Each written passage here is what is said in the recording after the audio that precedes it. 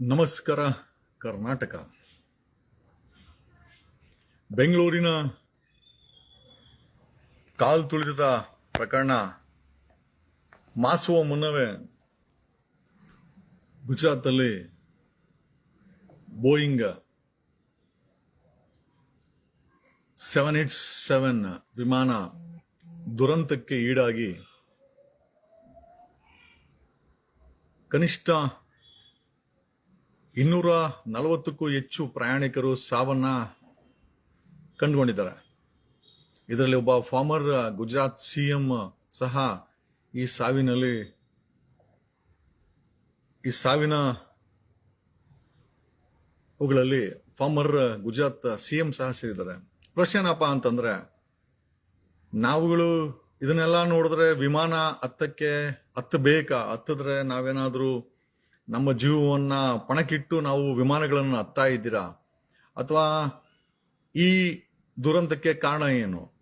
2 ದಿವಸ ಕಳೆದಿದೆ ದುರಂತವಾಗಿ, 2ನೇ ದಿವಸ ನಡೀತಾ ಇದೆ. ಇದುವರೆಗೂ ಯಾರು ಕೂಡ, ಅಥವಾ ಕೇಂದ್ರ ಸರ್ಕಾರ ಆಗಿರ್ಬೋದು, ಸಂಬಂಧಪಟ್ಟಂತ ಏವಿಯೇಷನ್ ಮಿನಿಸ್ಟ್ರಿನೇ ಆಗಿರ್ಬೋದು, ಯಾರು ಕೂಡ ಇದ್ರ ಬಗ್ಗೆ ಇಲ್ಲ. ಬಟ್ ಪ್ರಶ್ನೆ ಏನಪ್ಪ ಅಂತಂದ್ರೆ, ಇಲ್ಲೇನಾದ್ರೂ ಸುರಕ್ಷತೆಯ ಕಾಂಪ್ರಮೈಸ್ ಆಗಿದೆಯಾ, ಸೇಫ್ಟಿ ಸ್ಟ್ಯಾಂಡರ್ಡ್ಸ್ ಏನಾದ್ರು ಕಾಂಪ್ರಮೈಸ್ ಆಗಿದೆಯಾ ಅನ್ನೋ ವಿಚಾರಕ್ಕೆ ಬಂದಾದ್ರೆ, ಸ್ವತಃ ನಾವ್ಯಾರು ಹೇಳ್ತಾ ಇಲ್ಲ ಇದನ್ನ.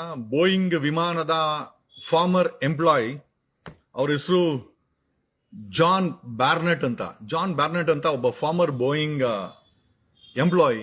ಈ ವ್ಯಕ್ತಿ ಬೋಯಿಂಗ್ ವಿಮಾನ ತಯಾರಿಯಲ್ಲಿ ಕಳಪೆ ಮಟ್ಟದ ಸಾಮಗ್ರಿಗಳನ್ನ ಬಳಸುತ್ತೆ, ಮತ್ತೆ ಸೇಫ್ಟಿ ಸ್ಟ್ಯಾಂಡರ್ಡ್ಸ್ ಅನ್ನ ಬೋಯಿಂಗ್ ವಿಮಾನ ಕಾಂಪ್ರಮೈಸ್ ಮಾಡ್ಕೊಳ್ತಾ ಇದೆ ಅಂತ 2017ರಿಂದ 2010ರಿಂದನೇ ಶುರು ಮಾಡಿದ್ದಾರೆ. ಬಟ್ ಫಾರ್ಮಲ್ ಆಗಿ 2017ರಲ್ಲಿ ಇವರು ಬೋಯಿಂಗ್ ವಿಮಾನದ ವಿರುದ್ಧ ಕಂಪ್ಲೇಂಟ್ ಅನ್ನ ಕೊಡ್ತಾರೆ. 2019ಕ್ಕೆ BBC ಮುಂದೆ ಬಂದು BBC ಸ್ವತಃ ಹೇಳ್ತಾರೆ, ನಾನೇ ಹೇಳ್ತಾ ಇದ್ದೇನೆ, ಈಸ್ ಅನ್ ಎಂಪ್ಲಾಯ್, ಆತ ಎಂಪ್ಲಾಯ್ ಆಗಿರ್ತಾನೆ.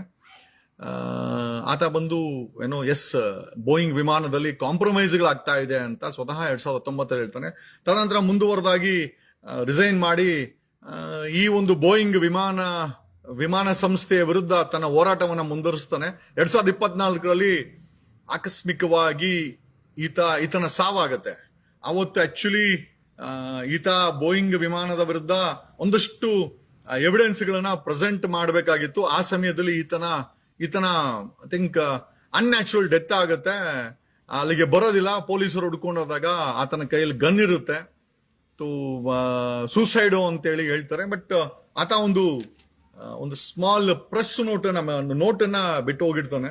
ಓಕೆ, ಅಂಡ್ ನಾನು ಪೋಸ್ಟ್ ಮಾಡಿದ್ದೀನಿ ಆತನ ಫೋಟೋ ಮತ್ತೆ ಇದನ್ನ.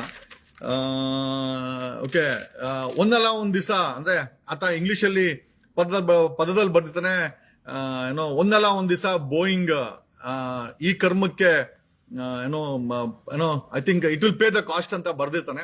ಆ ಒಂದು ನೋಟ್ ಬಿಟ್ರೆ ಬೇರೆ ಏನು ಸಿಗಲ್ಲ. ಬಟ್ ಇಲ್ಲಿ ಪ್ರಶ್ನೆ ಏನಪ್ಪಾ ಅಂತಂದ್ರೆ, ನಮ್ಗೆಲ್ಲ ಕಾಡ್ತಾ ಇರೋದೇನೋ ಅಂತಂದ್ರೆ, ಇಷ್ಟೆಲ್ಲ ಜನರು ತಮ್ಮ ಪ್ರಾಣವನ್ನ ಪಣಕ್ಕಿಟ್ಟು ಓಡಾಡುವಂತ ವಿಮಾನಯಾನದಲ್ಲಿ ಸೇಫ್ಟಿ ಕನ್ಸರ್ನ್ಸ್ ಬೋಯಿಂಗ್ ಕಾಂಪ್ರಮೈಸ್ ಮಾಡ್ಕೊಳ್ತಾ, ಆಮೇಲೆ ಇದನ್ನ ನೋಡೋದ್ರಲ್ಲಿ ಇಂಡಿಯನ್ ಏವಿಯೇಷನ್ ಮಿನಿಸ್ಟ್ರಿ ಅಥವಾ ಸಂಬಂಧಪಟ್ಟಂತ ಈ ಮಿನಿಸ್ಟ್ರಿ ಅನ್ನೋದು ಕಾಂಪ್ರಮೈಸ್ ಮಾಡ್ತಾರೆ. ಆಮೇಲೆ ಸೇಫ್ಟಿ ಸ್ಟ್ಯಾಂಡರ್ಡ್ಸ್ ಕಾಂಪ್ರಮೈಸ್ ಆಗಿದೆ ಅಂತ ಈ ಒಂದು ದುರಂತದಿಂದ ಗೊತ್ತಾಗುತ್ತೆ. ಆಮೇಲೆ ಎಲ್ಲರೂ ಹೇಳಿದ್ರು ಒಡಕಲ್ಲ 1 ಕೋಟಿ ಪರಿಹಾರ, ಪ್ರಾಣ ಹೋದ್ಮೇಲೆ ಪರಿಹಾರ ತಗೊಂಡು ಏನ್ ಮಾಡೋದು? ದ ಬಿಗ್ಗೆಸ್ಟ್ ಕ್ವಶನ್ ಇಸ್, ಈ ಒಂದು ದುರಂತದಲ್ಲಿ ಟಾಟಾ ಏಜೆನ್ಸಿ ಏನಿದೆ ಅಥವಾ ಟಾಟಾ ಮಾಲೀಕರು ಏನಿದ್ದಾರೆ, ಅವ್ರು 1 ಕೋಟಿ ಒಡಕಲ್ಲ ಪರಿಹಾರ ಹಣವನ್ನ ಮಾಡಿಸ್ತಾರೆ. ಬಟ್ ಪ್ರಶ್ನೆ ಏನಪ್ಪಾ ಅಂತಂದ್ರೆ, ಈ ದುರಂತಕ್ಕೆ ಸೇಫ್ಟಿ ಕನ್ಸರ್ನ್ಸ್ ಕಾಂಪ್ರಮೈಸ್ ಆಗಿತ್ತಾ? ಬೋಯಿಂಗ್ ವಿಮಾನ ತಯಾರಿಯಲ್ಲಿ ಜೊತೆಯಲ್ಲಿ ಭಾರತಕ್ಕೆ ಬಂದು ಇಷ್ಟು ದಿನ ಬಳಸೋದ್ರಲ್ಲಿ ಈ ದುರಂತಕ್ಕೀಡಾಗಕ್ಕೆ ಸೇಫ್ಟಿ ನಾರ್ಮ್ಸ್ ನ ಐ ಥಿಂಕ್ ಏರ್ಲೈನ್ಸ್ ಆಗಿರ್ಬೋದು, ಅಥವಾ ಇದನ್ನ ರೆಗ್ಯುಲೇಟ್ ಮಾಡ್ತಾ ಇರುವ ಇಂಡಿಯನ್ ಏವಿಯೇಷನ್ ಮಿನಿಸ್ಟ್ರಿ ಆಗಿರ್ಬೋದು ಮಾಡ್ಕೊಳ್ತಾ ಅಂತ. ಆಮೇಲೆ ಸಾಮಾನ್ಯ ಜನರ ಬೆಲೆ ಪ್ರಾಣಕ್ಕೆ ಭಾರತದಲ್ಲಿ ಬೆಲೆನೇ ಇಲ್ಲ. ಕಾರಣ ಯಾಕೆ ಅಂತ ಕೇಳ್ತೀರಾ? ಬರೀ ನೀವು ವಿಮಾನದಲ್ಲಿ ಒಂದೇ ಅಂತಲ್ಲ, 1 ವರ್ಷದಲ್ಲಿ ಸುಮಾರು 2 ಲಕ್ಷಕ್ಕೂ ಹೆಚ್ಚು ಜನ ನ್ಯಾಷನಲ್ ಹೈವೇಗಳಲ್ಲಿ ಆಕ್ಸಿಡೆಂಟ್ಗಳಲ್ಲಿ ಸಾಯ್ತಾರೆ. ಅಂದ್ರೆ ಹೆಚ್ಚು ಕಡಿಮೆ ಒಂದು ದಿವಸಕ್ಕೆ 500 ಜನ ಭಾರತದಲ್ಲಿ ಕೇವಲ ನ್ಯಾಷನಲ್ ಹೈವೇ ಆಕ್ಸಿಡೆಂಟ್ಗಳಲ್ಲಿ ಸಾಯ್ತಾರೆ. ಟ್ರೈನ್ ಸೇಫ್ ಅಲ್ಲ, ರೋಡ್ ಸೇಫ್ ಅಲ್ಲ, ವಿಮಾನ ಕೂಡ ಸೇಫ್ ಅಲ್ಲ. ಹೋಗ್ಲಿ ಬಿಡ್ರಪ್ಪ, ಒಂದು RCB ವಿಜೃಂಭಣೆ ಮಾಡಿ ಅಂತಂದ್ರೆ ವಿಜೃಂಭಣೆ ಕೂಡ ಸೇಫ್ ಅಲ್ಲ. ಯಾಕೆಂತಂದ್ರೆ ಇವತ್ತಿನ ಸರ್ಕಾರಗಳು ಸಾಮಾನ್ಯ ಜನರ ಸೇಫ್ಟಿಯನ್ನ ಕಾಂಪ್ರಮೈಸ್ ಮಾಡ್ಕೊಂಡಿದೆ ಅಂತ ನಮಗನ್ನಿಸ್ತಾ ಇದೆ. ಅದಕ್ಕೆ ಕಣ್ಣು ಮುಂದೆನೆ ನಮ್ಮ ಹತ್ರ ಬೇಜಾನ್ ಉದಾಹರಣೆಗಳಿದೆ. ಆಮೇಲೆ ಇಷ್ಟೆಲ್ಲ ಕೋಟಿ ಖರ್ಚು ಮಾಡಿ ಟಿಕೆಟ್ಗಳನ್ನ ಪಡೆದುಕೊಂಡು, ಲಕ್ಷಾಂತರ ರೂಪಾಯಿ ಟಿಕೆಟ್ಗಳನ್ನ ಪಡೆದುಕೊಂಡು ಈ ರೀತಿ ವಿಮಾನಗಳು ಪತನ ಆದಾಗ ಜನರ ಎದೆನಲ್ಲಿ ಒಂದು ಭುಗಿಲದ ಅಸಮಾಧಾನ ಇರ್ತದೆ. I mean do we deserve to travel in this planes ಅಂತ. ಈ ವಿಮಾನಗಳಲ್ಲಿ ನಾವು ಟ್ರಾವೆಲ್ ಮಾಡ್ಲಿಕ್ಕೆ ನಿಜವಾಗ್ಲೂ do we deserve to travel in this planes ಅಂತ. ಸೊ ಎಲ್ಲೋ ಒಂದು ಕಡೆ ಈ ದುರಂತಗಳಿಗೆ ಸೇಫ್ಟಿ ಸ್ಟ್ಯಾಂಡರ್ಡ್ಸ್ ಕಾಂಪ್ರಮೈಸ್ ಆಗಿದೆ ಅಂತ ಒಂದಷ್ಟು ರಿಸರ್ಚ್ನ ಪ್ರಕಾರ, ನಮ್ಮ ಟೀಮಿನ ರಿಸರ್ಚ್ನ ಪ್ರಕಾರ ಗೊತ್ತಾಗ್ತಾ ಇದೆ. ಅದು ಎಲ್ಲದಕ್ಕಿಂತ ಹೆಚ್ಚಾಗಿ ಬೋಯಿಂಗ್ನ ಸ್ವತಃ ಫಾರ್ಮರ್ ಎಂಪ್ಲಾಯ್ ಜಾನ್ ಬ್ಯಾರ್ನೆಟ್ ಅವರೇ ಈ ಒಂದು ಬೋಯಿಂಗ್ ಕಂಪನಿಯ ವಿರುದ್ಧ ಸಾಕಷ್ಟು ಆರೋಪಗಳನ್ನ ಮಾಡ್ತಾ ಇದ್ರು. ಫಾರ್ ಎಕ್ಸಾಂಪಲ್ 2024ರಲ್ಲಿ ಈ ಬೋಯಿಂಗ್ ವಿಮಾನದ ಡೋರೆ ಕಿತ್ಕೊಂಡು ಹೋಗ್ಬಿಟ್ಟಿತ್ತು. ಸೊ ಅಲ್ಲೂ ಕೂಡ ಸಾಕಷ್ಟು ದೊಡ್ಡ ಮಟ್ಟದ ಪೆನಾಲ್ಟಿಯನ್ನ ಕಟ್ಟಿದ್ರು. ಆಮೇಲೆ ಸಾಕಷ್ಟು ಒಂದಷ್ಟು ದುರಂತಗಳು ಆಗಿದೆ. ಆಮೇಲೆ ಸೇಫ್ಟಿ, ಇದಕ್ಕೆಲ್ಲ ಮೂಲ ಕಾರಣ ಸೇಫ್ಟಿ ಸ್ಟ್ಯಾಂಡರ್ಡ್ಸ್ ಕಾಂಪ್ರಮೈಸ್ ಆಗ್ತಾ ಇದೆ ಬೋಯಿಂಗ್ ಅಲ್ಲಿ ಅಂತ ಸ್ವತಃ ಈ ಒಂದು ಎಂಪ್ಲಾಯ್ ಹೇಳಿದ್ರು. ಬಟ್ ದುರದೃಷ್ಟವಶಾತ್ ಈ ವ್ಯಕ್ತಿ, ಈ ಒಂದು ವಿಸಿಲ್ ಬ್ಲೋವರ್ 2024ರಲ್ಲಿ ಸೂಸೈಡ್ ಅಲ್ಲಿ ಸಾವನ್ನಗೀಡಾಗ್ತಾರೆ. ಇದುವರೆಗೂ ನಿಗೂಢವಾಗಿ ಸಾಯ್ತಾರೆ. ಸೊ ಅವರ ಸಾವು ಕೂಡ ನಿಗೂಢವಾದ್ದರಿಂದ ಈ ಒಂದು ಬೋಯಿಂಗ್ ವಿಮಾನದ ವಿರುದ್ಧ ಆ ಧ್ವನಿ ಅಲ್ಲಿಗೆ ನಿಂತು ಹೋಯ್ತು.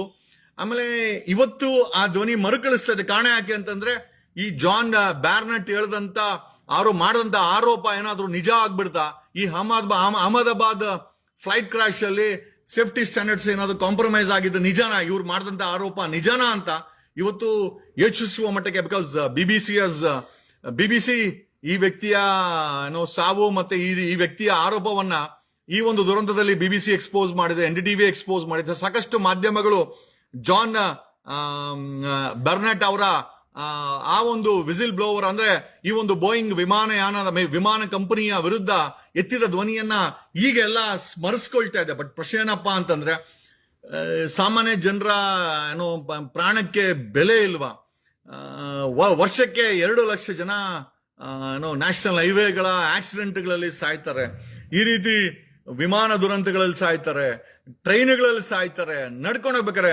ಇವತ್ತು ಬ್ಯಾಂಗ್ಳೂರ್ ಮಿರರ್ ರಿಪೋರ್ಟ್ ಇದೆ, 2018ರಿಂದ 2025ವರೆಗೂ ಬೆಂಗಳೂರಿನಲ್ಲಿ ರೋಡ್ಗಳಲ್ಲಿ ಬಿದ್ದಿರೋ ಹಳ್ಳ ಬಿದ್ದಿದೆಯಲ್ಲ, ಗುಂಡಿಗಳಿಗೆ 100 ಜನ ಸತ್ತಿದೆ ಅಂತ ಬ್ಯಾಂಗ್ಳೂರ್ ಮಿರರ್ ಇವತ್ತಿನ ಬೆಂಗಳೂರು ಮಿರರ್ ಹೆಡ್ಲೈನ್ಸ್ ರಿಪೋರ್ಟ್ ಆಗ್ತಾ ಇದೆ. ಪ್ರಶ್ನೆ ಏನಪ್ಪಾ ಅಂತಂದ್ರೆ, ಸೇಫ್ಟಿ ಸ್ಟ್ಯಾಂಡರ್ಡ್ಸ್ ನ ಕಾಂಪ್ರಮೈಸ್ ಮಾಡಿಕೊಂಡು ಸಾಮಾನ್ಯ ಜನರ ಪ್ರಾಣದ ಜೊತೆ ಸರ್ಕಾರಗಳು ಚೆಲ್ಲಾಟ ಆಡ್ತಾ ಇದ್ರೆ ಇದನ್ನ ಪ್ರಶ್ನೆ ಮಾಡಕ್ಕೆ ಏನು ಇಲ್ವಾ? ಯಾರಾದ್ರೂ ಒಬ್ಬರ ಪ್ರಾಣ ಹೋದ್ರೆ ಅದು ಹತ್ಯೆ ಅಂತ ಹೇಳ್ತಾರೆ, ಕಿಲ್ಲಿಂಗ್ ಅಂತ ಹೇಳ್ತಾರೆ. 250ಕ್ಕೂ ಹೆಚ್ಚು ಜನ ಸತ್ತರು. ಪ್ಲಸ್ ಈ ವಿಮಾನ ಬಿದ್ದಂತ ಮೆಡಿಕಲ್ ಕಾಲೇಜಲ್ಲಿ ಮಕ್ಕಳು ಊಟ ಮಾಡ್ತಾರೆ, ಮೆಡಿಕಲ್ ಡಾಕ್ಟರ್ಸ್ ಊಟ ಮಾಡ್ತಾ ಇದ್ರಂತೆ. ಅಲ್ಲೂ ಕೂಡ ಸಾಕಷ್ಟು ಸಾವುಗಳಾಗಿದೆ ಅಂತ ರಿಪೋರ್ಟ್ ಇದೆ. ಜಮ್ಮು ಕಾಶ್ಮೀರಲ್ಲಿ 26 ಜನರನ್ನು ಕೊಂದಾಗ ಬಂದಂತ ಆ ಒಂದು ಆಕ್ರೋಶ ನಿಜವಾಗ್ಲೂ ಅದು ದಟ್ಸ್ ರಿಯಾಲಿಟಿ ಒಂದು. ಬಟ್ ಅದೇ ನಮ್ಮ ವ್ಯವಸ್ಥೆನಲ್ಲೇ ಸೇಫ್ಟಿಗಳನ್ನ ಕಾಂಪ್ರಮೈಸ್ ಮಾಡಿಕೊಂಡು ಆಗ್ತಾ ಇರುವಂತಹ ಸಾವುಗಳ ವಿರುದ್ಧ ಯಾರು ಧ್ವನಿ ಎತ್ತಾ ಇಲ್ವಲ್ಲ, ಅಥವಾ ಧ್ವನಿ ಕೇಳ್ತಾ ಇಲ್ಲ ಅನ್ನೋದೇ ಒಂದು ದುರದೃಷ್ಟಕರ ಅಂತ ಹೇಳುತ್ತಾ, ಬೇರೆ ದೇಶಗಳು ಗುಂಡಿಟ್ಟು ಕೊಂದಾಗ ಬರುವಂತ ಆಕ್ರೋಶ ಈ ನಮ್ಮ ಸೇಫ್ಟಿಗೆ 2 ಲಕ್ಷ ಜನ 2 lakh people are dying every year. ಪ್ರತಿ ವರ್ಷ ನ್ಯಾಷನಲ್ ಹೈವೇಗಳಲ್ಲಿ 2 ಲಕ್ಷ ಜನ ಅಂದ್ರೆ ಒಂದು ದಿನಕ್ಕೆ 500ಕ್ಕೂ ಹೆಚ್ಚು ಜನ ಸಾವುಗಳಿಂದ. ಯಾಕೆ ಕಾರಣ ಏನು? ಸೇಫ್ಟಿ ಸ್ಟ್ಯಾಂಡರ್ಡ್ಸ್ ಇಲ್ಲ, ಯಾವುದೇ ರೀತಿಯ ಸೇಫ್ಟಿ ಸ್ಟ್ಯಾಂಡರ್ಡ್ಸ್ ಗಳನ್ನ ಮೇಂಟೈನ್ ಮಾಡ್ತಾ ಇಲ್ಲ. ಕಾಟಾಚಾರಕ್ಕೆ ಎಲ್ಲಾ ವ್ಯವಸ್ಥೆಗಳನ್ನ ಮಾಡ್ತಾ ಇದೆ, ಬಟ್ ಎಲ್ಲೂ ಕೂಡ ಸೇಫ್ಟಿ ಸ್ಟ್ಯಾಂಡರ್ಡ್ಸ್ ಇಲ್ಲ. ಆಮೇಲೆ ಈ ವಿಮಾನದ ಬಗ್ಗೆನೂ ಕೂಡ ಸಾಕಷ್ಟು ಬಾರಿ ಐ ಥಿಂಕ್ ರಿಪೋರ್ಟಿಂಗ್ ಆಗಿದೆ, ಆದ್ರೂ ಕೂಡ ಈ ವಿಮಾನ ಹಾರಾಡ್ತಾ ಇತ್ತು. ಐ ಥಿಂಕ್ 14 years ಪಯಣದಲ್ಲಿ ಒಂದು ದುರಂತದಲ್ಲಿ ಈ ವಿಮಾನ ಕೊನೆಗೊಂಡಿದ್ದೆ. ಅದರಲ್ಲಿ ಸಾರ್ವಜನಿಕರು ಮತ್ತೆ ವಿದೇಶಿ ಪ್ರಜೆಗಳು ಜೊತೆನಲ್ಲಿ ಒಬ್ಬ ಮಾಜಿ ಗುಜರಾತ್ ಫಾರ್ಮರ್ CM ಸಹ ಸಾವಿಗೀಡಾಗಿದ್ದು. ನಿಜವಾಗ್ಲೂ ಇದೊಂದು ಎಚ್ಚರಿಕೆಯ ಗಂಟೆ ಸರ್ಕಾರಕ್ಕೆ ಆಗ್ಬೇಕು. ಬಟ್ ಸರ್ಕಾರ ಸಾರ್ವಜನಿಕರು ಎಲ್ಲೂ ಕೂಡ ತಲೆ ಕೆಡ್ಸ್ಕೊಳೋ ರೀತಿ ಎಲ್ಲೂ ಕೂಡ ಅನ್ನಿಸ್ತಾ ಇಲ್ಲ.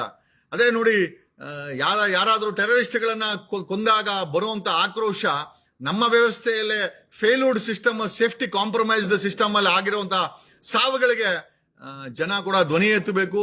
ಐ ಥಿಂಕ್ ಮಾಧ್ಯಮಗಳು ಕೂಡ ಇದ್ರ ಬಗ್ಗೆ ಒಂದಷ್ಟು ಇದನ್ನ ಮಾಡಬೇಕು ಅಂತ ಹೇಳ್ತಾ ಈ ವಿಡಿಯೋನ ಮುಗಿಸ್ತಾ ಇದ್ದೀನಿ. Thanks a lot.